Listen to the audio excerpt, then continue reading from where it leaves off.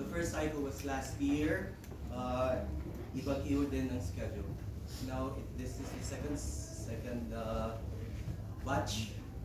He hopes that the theater that he's working on will grow bigger for Baguio City.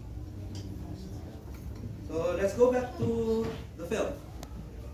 So Tanabata's Wife, introduced to you, is an adaptation of the short story written by Sinay Hamada. So if you're familiar with Sinay Hamada, so he was the first editor-in-chief of the Baguio Midland Group.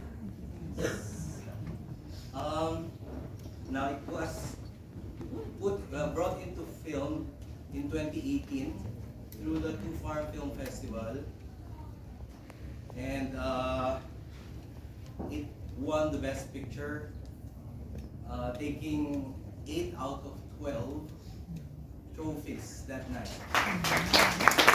Best Actor and Best Actress. And musical score for the presence of music of Okdo. So Kurt Alala. So the Okdo is played by Kurt Alala. So na kailan lang. So basically you'll hear Sagada. gusto niya ng purong boto. So yeah. Anyway, so let us welcome with us Miyuki Kamimura.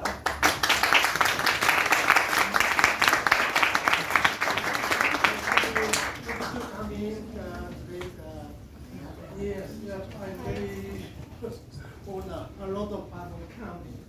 Thank you very much.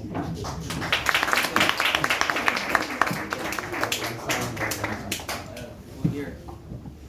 May alam ko yung lahat. Full house tayo ngayon. Thank you very much. Although, nag-apologize siya dahil ang English niya daw na pandemic. He wasn't able to speak English for like 2 years to 3 years because of the pandemic. And nagpo-practice na lang ulit siya when he came back to the Philippines. So he used to conduct workshops back in Bohol and in Ozamis. So after Tanabata's Wife, he wanted to connect with the people of the Cordilleras.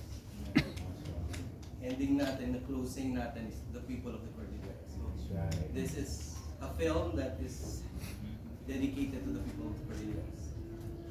So we're open. I can represent the production team, and we have the actor. Any questions? We're open to that. It's a learning experience, and sana may ma-pick up pa kayo after watching, bukod sa napanood nyo, kung ano man yung pwede natin ma-discuss tonight in this talkback. So, here. Of course, yes.